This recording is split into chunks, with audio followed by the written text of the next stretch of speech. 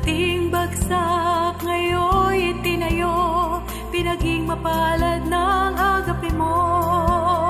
Bagamat tumaranas ng mga sipayo, inaaliw ng iyong espiritu. Nililinis ng mga ayuno, dinadalisay ang aking puso. Malinis na puso ang hinahanap mo, O Diyos, tulungan mo ako. Sintang kapatid ay maakay ko, at kapwa magtaglay ng malinis na puso. Malinis na puso ang hinahanap mo, O Diyos, tulungan mo ako. Sintang kapatid ay maakay ko, at kapwa magtaglay ng malinis na puso. Lahat ay inihahandang makasama sa isang maluwalhating paghahari. Kaya nga't magtaglay ng malinis na puso, busbusin ang banal na Espiritu ng Espiritu. Malinis na puso ang hinahanap mo, O Diyos, tulungan mo ako. Sintang kapatid ay maakay ko, at kapwa magtaglay ng malinis na puso. Malinis na puso, malinis na puso.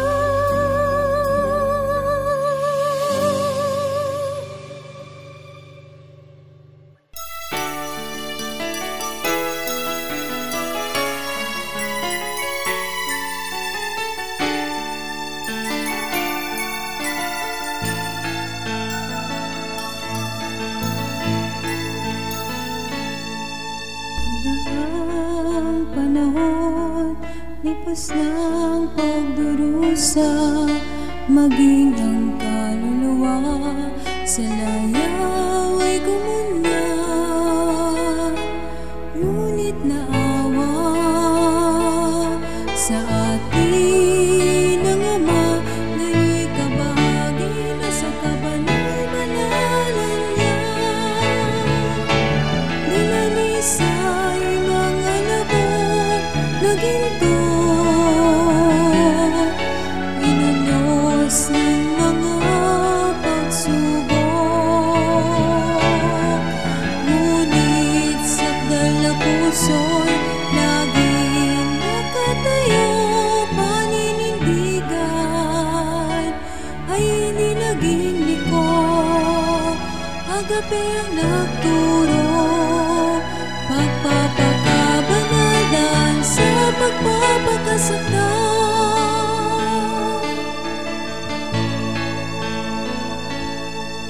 Kapatid kong mahal, nakaloob ng Ama, pagwis ng pagmamahal, halina't ikampay na.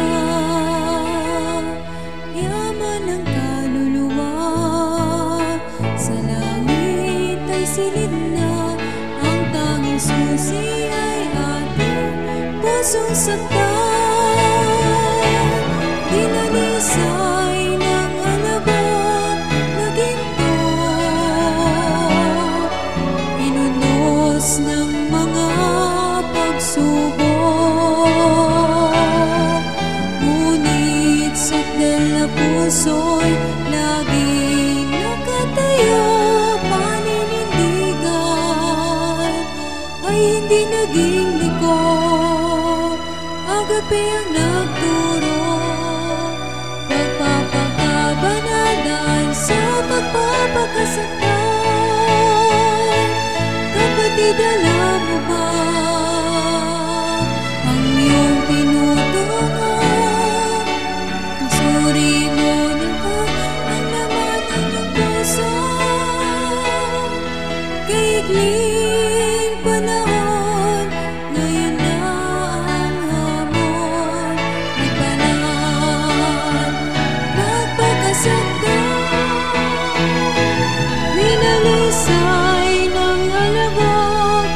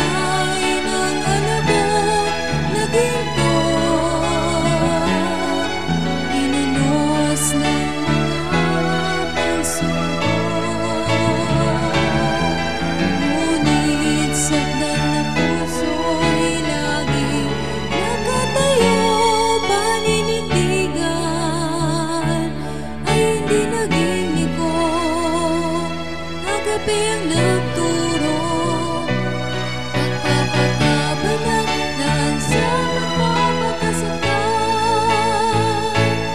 Agaping nagturo, magbanal, magpakasaktan.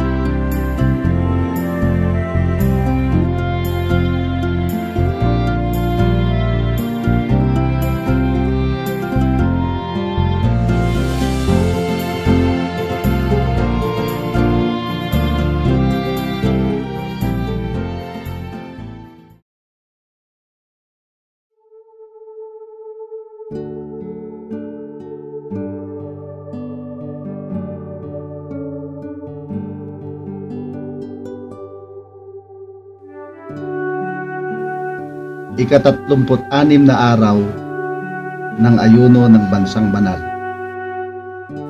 Narito po ang mga talatang takda nating pagdulayan sa araw na ito bago ang takdang panalangin sikap misyal. Ipinapayo na huwag lamang nating pakinggan ang mga talata.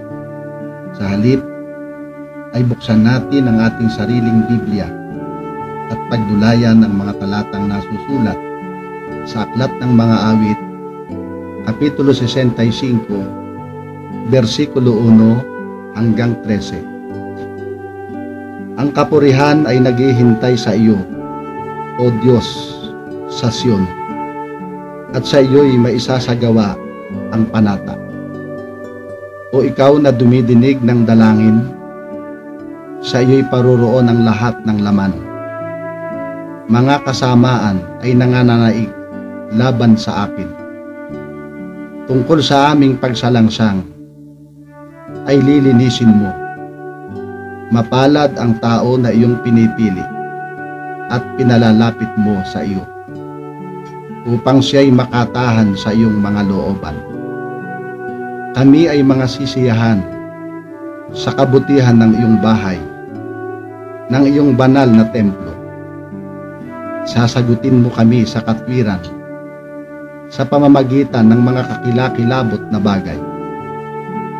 O Diyos ng aming kaligtasan, ikaw nakatiwalaan ng lahat na wakas ng lupa at nila na malayo sa dagat, na naglalagay ng matibay na mga bundok sa pamamagitan ng kanyang kalakasan, palibhasa't nabibigkisan sa palibot ng kapangyarihan,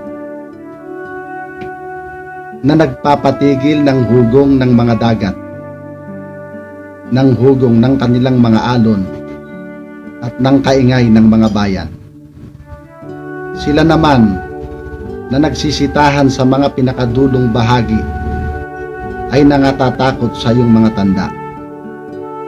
Ikaw ang nagbibigay galak sa pagbubukang liwayway at pagtatakip silid. Yung dinadalaw ang lupa at dinidilig mo. Iyong pinayayamang mainam. Ang ilog ng Diyos ay puno ng tubig. Iyong pinagtataanan sila ng trigo. Pagkat inihanda mo ang lupa, iyong dinidilig ang kanyang bungkal ng sagana. Iyong pinapantay ang kanyang mga bungkal. Iyong mga pinalalambot ng ambon, iyong pinagpapala ang pagsibol niyaon. Iyong dinudulutan ang taon ng iyong kabutihan, at ang iyong mga landas ay pumapatak ng katabaan. nagsisipatak sa mga pastulan sa ilang, at ang mga burol ay nabibigtisan ng kagalakan. Ang mga pastulan ay nangabihisan ng mga kawan. Ang mga libis naman ay nangatatakpan ng trigo. Sila'y magsisihiyaw sa kagalakan. Sila naman ay nagsisiawit.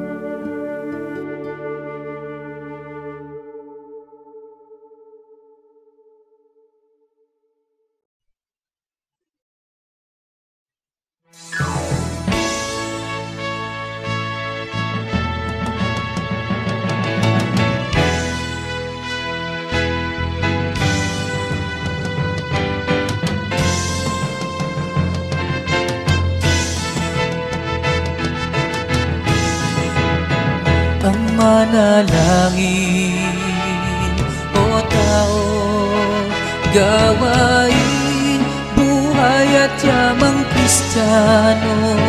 Ito ay ugaling pakasikhayin mo, sapagkat takda sa iyo.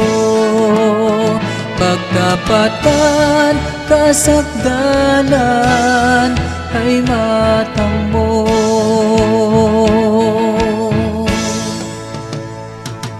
Panahong nagdaan, di na babalik pa.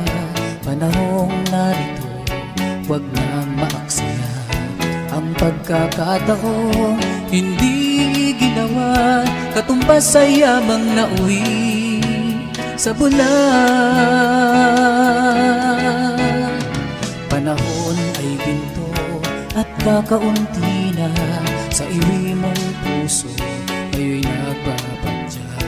Ang magpakayaman, sikayin tuwina, sigaw ng pag-ibig kapatid, kilos na. Panawagan ng langit, oras ay mahalaga. Ikintal sa isipan, huwag waling bahala. Palungin pamumuhay, ngayon ay talikdan na. Sumulong at hagkan na, yaong puspos na diwa. Ang manalangin, o tao, gawain, buhay at yamang Kristiyano. Ito ay ugaling pakasikhayin mo, sapagkat takda sa iyo. Pagtapatan, kasakdalan ay matamo.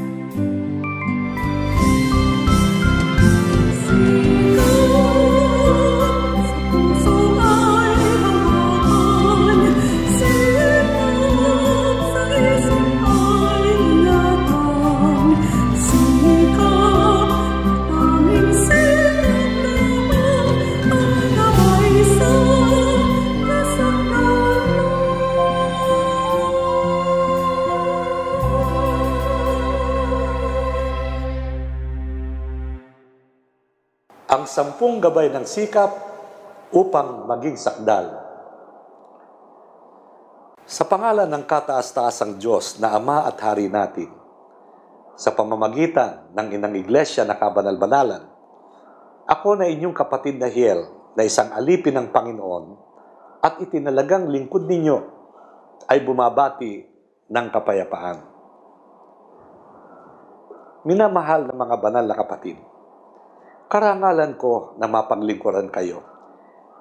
Lagi kong kinasasabikan na makita at makapiling kayo upang maging kasangkapan sa inyo sa mga pagtuturo, pagpapaalaala at pagpapahayag ng mga katotohanan ng Panginoon sa ikalalakas ng inyong pananampalataya, sa ikatitibay ng inyong pag-asa sa Panginoon at sa ikapagniningas ng inyong agape ukol sa lahat.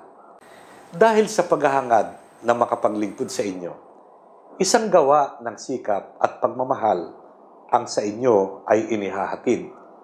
Sa patnubay ng banal na Espiritu, makapaghatid nawa ito ng kaaliwan at kaginawahan sa inyong mga kaluluwa. Sa mataimtim na pagbubulay sa mga mapapakinggang aralit, ay magbangon nawa ng bagong espiritu sa inyo upang sampalatayanan at gawin gaya ng mga utos ng Panginoon. Mga minamahal na mga banal na kapatid, binubuksan sa atin ang pintuan ng mabubuting kapalaran sa buhay na ito at sa buhay na darating. Ang pagpapala sa tipan ng agape ay lubos nating makakamit, kaalinsabay ng pag-abot natin sa kasakdalan na kalagayang nais ng Panginoon na marating natin na kanyang mga anak. Dahil dito, buong pagmamahal na inihahatid ng kasangkapang pangasiwaan sa mga banal na kapatid, ang 10 gabay ng sikap upang maging sakdal.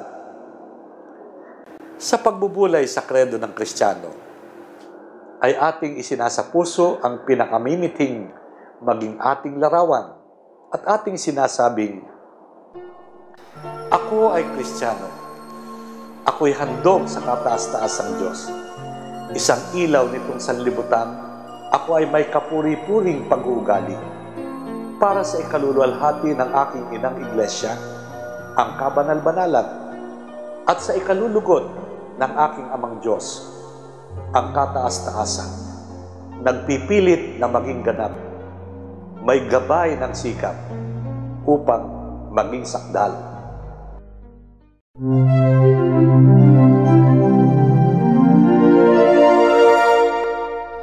Ang una sa 10 gabay ay ang iglesyang nag-aagape. Ang masikap na pagkakaroon ng bawat Kristiyano ng damdaming agape, ng sakdal na pag-ibig. Ang uri ng pag-ibig na itinuro, binigyang halimbawa at pinatunayan sa atin ng Panginoong Kristo Jesus. Ang Panginoon ang unang umibig sa atin, bagamat ng unay nabuhay tayo sa pagkakasala, sa panahon nang tayo ay nakalimot at tumalikod sa Kanya at nangasumpungan tayo sa pamumuhay na labag sa Kanyang kalooban. Kinahabagan niya tayo at nilinis sa maraming karumihan, pinalaya sa ating mga kasalanan sa pamamagitan ng pagbubuhos ng Kanyang banal na dugo bilang pangtubos sa atin. Pinahalagahan tayo ng Panginoon. Itinanggi niya ang Kanyang sarili alang-alang sa ating kapakanan. Hinirang niya tayo at inilagay sa ilalim ng pagkukupkop ng kabanal-banalang iglesia. Pinarangalan niya tayo na ariing Kanyang mga anak na kinalulugdan, iniibig, pag-ibig na walang hanggan, wagas at dalisay. Ibinigay sa atin na Kanyang mga anak ang dakila at pangunang utos. At ito ang utos, iibigin mo ang Panginoon mong Diyos ng buong puso mo, buong pag-iisip mo, buong kaluluwa at lakas mo. Ang sino mang umiibig sa kanyang mga magulang, o asawa, o anak, o sa kanino man, o alinmang bagay ng higit kay sa kanya, ay hindi magiging karapat-dapat sa Kanya. Dahil dito, ibigin ng Panginoon sa katapatan ng puso sa paglilingkod o pagsunod sa Kanyang mga kautusan. Ang ikalawang utos na kasing halaga ng una, iibigin mo ang iyong kapwa na gaya ng pag-ibig mo sa iyong sarili. Ito ang itinurong paraan ng pagpapatunay ng pag-ibig sa Panginoon. Ang pag-ibig sa Kanya ay ang pag-ibig sa iyong kapwa. Itinuro sa ating ibigin ang kapwa. Una-unay, ang ating mga kasambahay sa makatwid ay kapatid sa pananampalataya. Ang kautusan ng agape ay kautusang ikasasakdal. Ating narinig sa dalawang utos na ito ay nahuhulog ang lahat ng kautusan. Sa makatwid, ang mag-agape ay gawa ng pagpapakasakdal. Malaong ito ay itinuro sa atin sa pamamagitan ng agape ng hari sa pagkasangkapan sa ating yumaong matandang pangkalahatan MP Nezaya. Kung ngayon ay ating lilimiin ang ningas ng ating agape, ay maaaring kulang pa tayo sa kahingian ng 15 likas agape. Gayunpaman, patuloy ang pagtuturo at paggabay ng kasangkapang pangasiwaan. Muling pagbulayan sa paraang ito ang 15 likas na agape. Sa halip na pag-ibig ay gamitin ang salitang ako na nagsasabi, ako ay mapagpahinuhod o mapagpasensya. Ako ay magandang loob. Ako ay hindi nananaghili o naiinggit. Ako ay hindi nagmamapuri o mapagmataas. Ako ay hindi mapagpalalo o mayabang. Ako ay hindi nag-uugaling mahalay. Hindi ko hinahanap ang aking sarili sa iba. Ako ay hindi nayayamot o madaling magalit. Hindi ko inaalumana ang masama o hindi ako nag-iisip ng masama sa kapwa.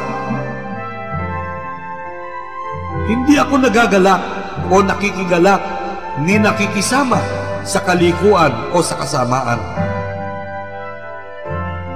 Nakikigalak ako sa katotohanan. Lahat ay aking tinitiis. Lahat ay aking pinaniniwalaan. Lahat ay aking inaasahan. Ako ay hindi nagkukulang kailanman. Kung masumpungang kulang, ay atin pang pagtiisang gawin upang maabot ang kaganapan ng pagiging tunay na kalarawan ng Amang Diyos, ang pagiging agape.